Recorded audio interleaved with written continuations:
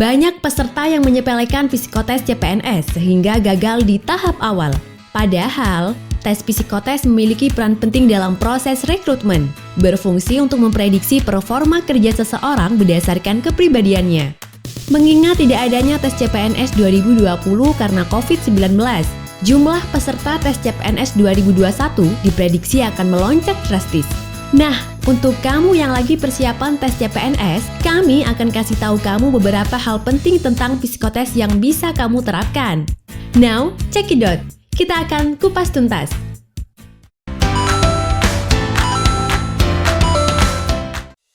Hai Sobat dan rekan Kotes, kamu sedang menyaksikan channel YouTube kisi-kisi seputar dunia kerja dan serba-serbi psikotes. Nah, pertama, apa aja sih jenis-jenis tes psikotes yang sering muncul di tes CPNS? 1. Tes Coran atau Pauli atau Kraepelin. Tes ini umumnya terdiri dari gugusan angka-angka yang tersusun secara membujur dan membentuk jalur-jalur. Banyak digunakan untuk mengukur aspek kepribadian. Karena semakin banyak kamu melakukan kesalahan dalam mengerjakan soal, menunjukkan bahwa kamu orang yang tidak teliti, tidak cermat, kurang hati-hati, serta kurang memiliki daya tahan terhadap tekanan dalam pekerjaan. 2. Tes logika penalaran. Tes ini terdiri dari deretan gambar, baik itu berupa 2 dimensi atau 3 dimensi, yang mana kamu harus memilih gambar berikutnya. Tes ini untuk mengukur kemampuan kecerdasan penalaran logika otak dalam menentukan simpulan yang tepat dan benar. 3. Tes analogi. Tes ini akan mengandalkan logika atau nalar dan kemahiran berbahasamu sobat. Berfungsi untuk mengetahui intelektual, kosakata, dan tata bahasa peserta seleksi CPNS. Analogi menurut KBBI sendiri adalah kesepadanan antara bentuk bahasa yang menjadi dasar terjadinya bentuk lain. Nah, sekarang seperti apa sih contoh-contoh soalnya? Waktunya untuk belajar bareng. 1. Tes Coran, Pauli atau Kraepelin. Tes Pauli atau Kraepelin dasarnya sama-sama menjumlahkan sobat. Cuma kalau Pauli menjumlahkannya dari atas ke bawah, kalau Kraepelin dari bawah ke atas. Jangan kebalik loh ya. Nah, yang dijumlahkan adalah 2 angka yang saling berdekatan atau angka atas dan bawahnya. Begitupun sampai seterusnya. Tulis hasilnya di sebelah kanan 2 angka yang dijumlahkan ya. Kalau hasilnya lebih dari 9, tulis angka belakangnya aja. Gampang kan? 2.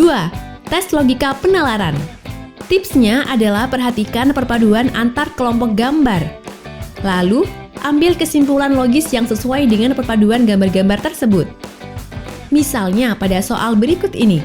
Pada gambar kelompok baris atas, sebelah kiri ada 4 kotak putih. Tengah ada 4 kotak hitam, dan kanan ada 4 kotak dengan lingkaran hitam. Gambar kelompok baris kedua, ada 3 kotak putih, 3 kotak hitam, dan 3 kotak dengan lingkaran hitam. Lalu, di gambar kelompok baris bawah yang menjadi pertanyaan, sebelah kiri ada 2 kotak putih, tengah 2 kotak hitam. Berarti sebelah kanan yang tepat adalah? Betul! C. 2 kotak dengan lingkaran hitam. 3. Tes analogi. Pada tes ini, kamu akan diminta mengisi titik-titik yang kosong sesuai dengan perintah dan padanan kata yang sesuai.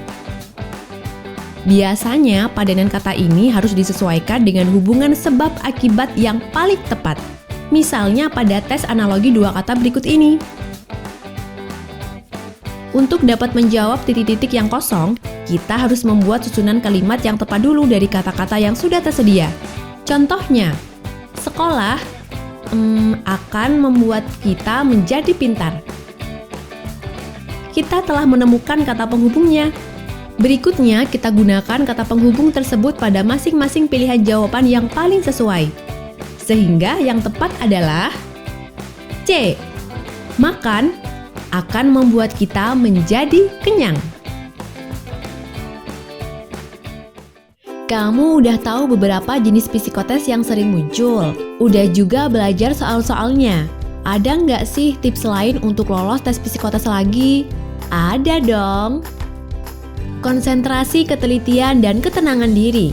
adalah bagian penting dalam memudahkan kamu mengerjakan tes psikotes. Tanpa ketiganya, hasil yang diharapkan akan susah dari keinginan.